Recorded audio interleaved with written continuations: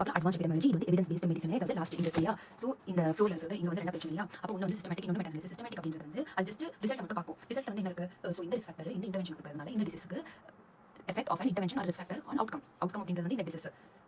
So intervention இல்ல risk factor இல்ல outcome. So இதோட எஃபெக்ட் பார்க்குது. மெட்டா அனாலிசிஸ் வந்து இது எல்லாத்தையும் வந்து ஆட் பண்ணிட்டு ஒரு ஸ்டாட்டிஸ்டிக்கல் அப்ரோச் வந்து கொடுக்கும். அப்போ இது ஃபைனல் எஃபெக்ட் வந்து சொல்லுது. ஸோ இதுக்கு வந்து ஸோ இது ஒரு ஸ்டடி அப்போ நெகட்டிவ் பாசிட்டிவ் கொடுத்து அதுக்கு மீடியன் எடுப்போம், எல்லாருக்கும் மீடியன் எடுப்போம். அதுக்கப்புறம் மீடியன் ஆஃப் மீடியன் எடுத்து ரூம் வந்து பண்ணும்போது ஃபாரஸ்ட் ப்ளாட் மெட்டா அனாலிசிஸ் பண்ணுறோம். அது கொஞ்சம் பார்த்து அதுக்கப்புறம் மீடியன் ஆஃப் மீடியன், ஓகேவா, மீடியன் ஆஃப் மீடியன் அதோட மீடியன் எடுத்து ஃபைனலாக பண்ணுறோம். இதில் என்ன ஸ்டெப்ஸ் இருக்கு. ஃபர்ஸ்ட் வந்து நம்மளுக்கு வந்து அதாவது ஆன்சர் பண்ணுறது நம்ம ஒரு கொஸ்டின். அப்போ அந்த ரிசர்ச் கொஸ்டின் அது எப்படி யூஸ் ஆகும், நம்ம ஃபீஸிபிளா காசு வழியாக ஃபீஸிபிளாக பார்ப்பாரு. அதுக்கப்புறம் வந்து லிட்ரேச்சர் சர்ச் ஃபீஸிபிளாக பார்ப்பாரு. அதுக்கப்புறம் பிரெயின் யூஸ் கொஸ்டின் அதுக்கு ஆன்சர் வந்து டேப்ல தேடுவார். அப்போ டேப்ல வந்து ஒரு ரிசோர்ஸ் லிட்ரேச்சர் சர்ச் வந்து பண்ணுவார். அதுக்கப்புறம் அவர் வந்து இதெல்லாம் வேணும் கொடுக்குவார். ஸோ எஃபெக்ட் சைஸ் வந்து மெஷர் பண்ணுவார். ஓகேவா, மெஷர் பண்ணிட்டு அதுல நம்மளுக்கு கேஸ் ஸ்டடியா என்ன கேஸ் கண்ட்ரோல் ஸ்டடி அப்போ வந்து அனலிட்டிக்கல் மெத்தட் யூஸ் பண்றது அவர் சூஸ் பண்ணுவார்.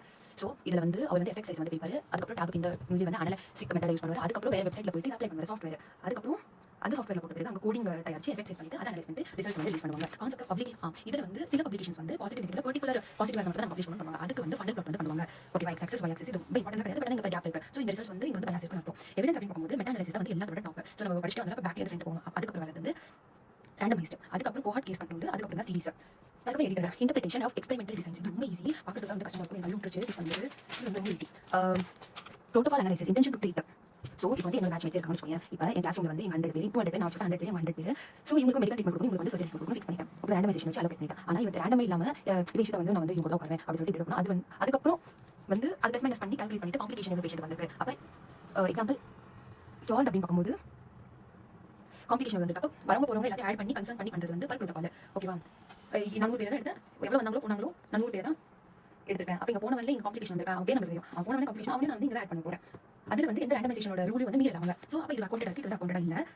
இப்போ எவ்வளோ கியூர் இருக்காங்க, எவ்வளோ காம்ப்ளிகேஷன் இருக்காங்க, மெடிசன் பேஸ் பண்ணியிருக்கு. ஓகேவா, அதுக்கப்புறம் இது வந்து ஒரு கொஸ்டின். இந்த கொஸ்டின்ல வந்து நான் போட்டு வச்சிருக்கேன். இதில் இருக்காரு நோட்ஸ் வச்சிருப்பாங்க ஆன்லைன் நோட்ஸ்ல. ஸோ அவர் டெக்னிக் வந்து அவங்களுக்கு வந்து ஸோ இதே மாதிரி தான் நீங்கள் வந்து ஹை பர்த் வெயிட் வந்து லோ பர்த் வெயிட் டெலிவரி பண்ணிருக்காங்க. ஸோ இது வந்து அசோசியேட் இருக்கு 1 அப்படின்ற நம்பர் இடையில வந்துச்சு. அதெல்லாம் வந்து நாட் சிக்னிஃபிகன்ட். அப்போ பாசிட்டிவ் சிக்னிஃபிகன்ட் நெகட்டிவ் சிக்னிஃபிகன்ட் அது பாசிட்டிவ் சிக்னிஃபிகன்ட் தான் வந்து வேல்யூ. அதான் சொல்லிருக்காங்க. இப்போ ஒரு நியூ இன்டர்வென்ஷன் இருக்கு, ஸ்டாண்டர்டைஸ்ட் ப்ரோட்டோகால் இருக்கு. நியூ ப்ரோட்டோகால் ஃபாலோ பண்ணா வந்து எவ்வளோ பெனிஃபிட் இருக்கு. அப்போ எவ்வளோ பேஷண்ட் வந்து ஒருத்தர் உயிரோட இருக்கிறது நியூ ப்ரோட்டோகால் எவ்வளோ பேஷண்ட் தயார் பண்ணுவோம். ஸோ அதை பேஸ் பண்ணி தான் இருக்கு.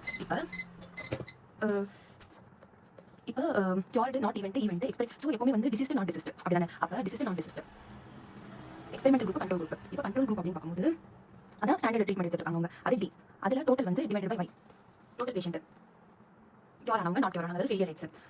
எக்ஸ்பெரிமெண்டல் குரூப் அப்படின்றது எவ்வளோ பேர் ஃபெயிலியர் ஆயிடுச்சு, அதுக்கப்புறம் வந்து டோட்டல் பேஷண்ட் அதில் ட்ரீட் பண்ணுவாங்க. ஓகேவா, அது ரெண்டு டிவைட் பண்ணிட்டு நமக்கு வந்து ரிஸ்க் ரிடக்ஷன் எவ்வளோ இருக்கு. அப்போ எப்பவுமே வந்து ஸ்டாண்டர்ட் ஃபர்ஸ்ட் இருக்கும். நெக்ஸ்ட் அது வந்து உல்டாவா வந்து பண்ணிட்டா எவ்வளோ பெனிஃபிட்ஸ் இருக்குன்னு தெரியும். அப்போ இது வந்து ஒரு கால்குலேஷன் இருக்கு. அது ஸ்டடி டிசைன் மல்டிஃபேக்டரியல் ஸ்டடி டிசைன். ஏன் மல்டிஃபேக்டரியல் எல்லாம் இந்த கிராஸ் அப்படின்னு சொல்றது புரியுது. இப்போ ஒரு குரூப் இருக்கு, இன்னொரு குரூப் இருக்கு, இல்ல வந்து ஒரு கேப் கொடுக்கும், இவங்களுக்கு வந்து ஹைபர்டென்ஷன் கொடுக்கும், அதுக்கப்புறம் கேப் கொடுக்கும், அதுக்கப்புறம் இவங்களுக்கு கிளாசிஃபை கேப் இது. ஸோ அப்படி பண்ணா இவங்களுக்கு வந்து இவங்களுக்கு கொடுக்க எல்லாம் அப்படி எந்த எதிர்க்க ப்ராப்ளம் வரல. நாட் யூஸ் அப்படின்றது வந்து கியூர் ஆயிடுச்சு ஃபர்தர் கன்வின்ஸ் பண்றது ரொம்ப கஷ்டமாயிடும். ஓகேவா, ஷார்ட் டிசைன் கியூர் ஆயிடும். அதுக்கப்புறம் வந்து இங்க ட்ரக் வந்து போகவே மாட்டேங்குது. அப்போ வாஷ் அவுட் ஆக மாட்டேங்குது. அப்போ 3 ப்ராப்ளம்ஸ் வந்து வரும். இப்போ ரிசர்ச் பத்தி பார்க்கலாம். பாய் சாவ டிடெக்டிவ் ரிசர்ச் இண்டக்டிவ் இன்டியூஸ் பண்றது. அதாவது அவங்க வந்து பாட்டம்ல இருந்து டாப்புக்கு வந்து போறாங்க. ஒரு குரூப் ஆஃப் பீப்பிள் யோசிக்கிறாங்க என்ன ப்ராப்ளம்னு சொல்லிட்டு அப்படி ரீசன் ஹைபோதசிஸ் வந்து மேக் பண்றாங்க, தியரிஸ் மேக் பண்றாங்க, எக்ஸ்ப்ளோர் பண்றாங்க. பாட்டம் அப் இது வந்து குவான்டிட்டி இல்ல குவாலிட்டி மெஷர் பண்ணுது. அதை வச்சு டாப்ல இருந்து பாட்டம் போறாங்க, எவ்வளவு நம்பர் ஆக்சுவலி வருதுன்னா குவான்டிட்டி தியரிஸ் டெஸ்ட் பண்றாங்க. ஓகேவா, சர்ஜிக்கல் ட்ரையல்ஸ் அப்படின்னு பார்க்கும்போது சர்ஜரியில் ட்ரையல் வந்து பண்ணணும். இப்போ இங்கே பார்க்கும்போது இப்போ புது டெக்னிக் இவனுக்கு வந்து ஹெல்ப்ஃபுல்லாக இருக்கு. நம்ம புதுசாக ஒரு சர்ஜரி பண்ணணும். ஆனால் யார் மேலே பண்ணுவோம், பேஷண்ட் மேலே தான் பண்ணுவோம். பேஷண்ட் வந்து எனக்கு இந்த மாதிரி பண்ணி எனக்கு இந்த மாதிரி பண்ணல. அப்போ எதிர்க்க ப்ராப்ளம்ஸ் நிறைய இருக்கு. அப்போ அதுக்கு ரீசன் சொல்லிட்டு நம்ம ஒரு ஸ்டாண்டர்டைசேஷன் ஆஃப் ப்ரொசீஜர் வந்து இருக்கும் கண்டிப்பா.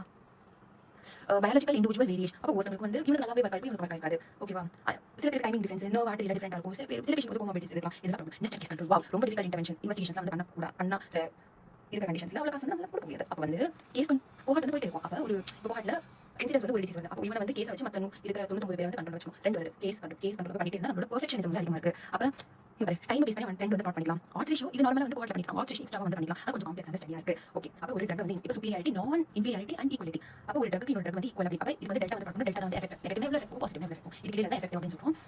ஈக்குவாலிட்டி வந்து காஸ்ட் கம்மியாக இருக்கு, ஆனால் எஃபிகசி வந்து சேமா இருக்கு. இப்போ நான் இன்ஃபீரியாரிட்டினா வந்து எஃபெக்டிவாக தான் இருக்கு, சேம் எஃபெக்ட், ஆனால் சைடு எஃபெக்ட்ஸ் வந்து கம்மி. இந்த காஸ்ட் கம்மி, இல்லை சைடு எஃபெக்ட்ஸ் கம்மி. ஓகேவா, அதுக்கப்புறம் சுப்பீரியர் அப்படின்றது வந்து அதோட பெஸ்ட் எஃபெக்டிவாக வந்து இருக்கு. ஓகே, ஆப்ரேஷன் ரிசர்ச் அப்படின்றது வந்து இது வந்து எபிடமியாலஜில வந்து ஒரு இன்டூ ஆர் செக்மெண்ட். இது வந்து ஆப்ரேஷன் வந்து நம்ம மிஷன் ஒன்று வந்து பிளான் பண்ணிருக்கோம். அது வந்து ஆப்பரபிள். அப்போ ஆஷா எவ்வளோ பேர் ஆஷாக்கு என்ன கொடுக்கணும், அதுக்கப்புறம் வந்து பிஹெச்டி அது பண்ணி எல்லாமே வந்து ஒரு ரோட் மேப் வரையறவங்க தான் இது health research system. National program implementation பண்ணும்போது எவ்வளோ டியூரேஷன் இருக்கணும், எப்படி இருக்கணும். அப்போ கல்ச்சரல் ஹிண்டரன்ஸ் வந்து ப்ரிவென்ட் பண்ணணும். ஆஷா கிட்ட சொல்லி இதெல்லாம் இல்லப்பா அப்படின்னு வந்து பேசி வைக்கணும். அப்போ நம்ம இவ்வளோ பிளான் பண்ணது வந்து எஃபெக்டிவாக கொடுக்குறது ஒரு டிபார்ட்மெண்ட் தான். அதுக்கப்புறம் இதெல்லாமே வந்து கைட்லைன்ஸ். இப்போ ரேண்டமைஸ் அப்படின்றது வந்து அங்கே இது இல்லை என்னது நம்மளோட ஜிம்ல வந்து கான்சர்ட் ரெசார்ட் கான்சர்ட் அப்படின்னு வச்சுக்கோ. அப்சர்வேஷன் ஸ்டடி அப்படின்றது வந்து அப்சர்வேஷன் எக்ஸ்பெரிமெண்டல். அப்சர்வேஷன் வந்து நம்ம ஹாஸ்பிட்டல் இருந்தது. அப்போ மேம் தான் வந்து ஹாஸ்பிட்டல் இருக்க அப்சர்வேஷன். அப்போ ஸ்லோவா. ஆனால் மேம் வந்து வெளியில் வந்த பிறகு கேர் பண்ணுறாங்க. அப்போ மேமோட ஒரு பாட்டு கேசி போட்டு கேர் பண்ணுறாங்க அப்படின்னுக்காங்க. அதுக்கப்புறம் வந்து systematic reviews PRISMA. Okay, meta அனாலிசிஸ்ல சிஸ்டமேட்டிக் வந்து பிரிஸ்மா, குவாலிட்டேட்டிவ்னா வந்து SRQ. டயக்னோஸ்டிக் அப்படின்றது வந்து ஸ்டார்ட் ஸ்குவரல் அப்படின்றது குவாலிட்டி இம்ப்ரூவ்மெண்ட் ஸ்குவரல். பாசினா வந்து பார்ஷியல் இருக்கும். பாசி ட்ரையல்னா வந்து இன்னொரு பேர் வந்து நான் ரேண்டமைஸ்ட், அதாவது பார்ஷியல்.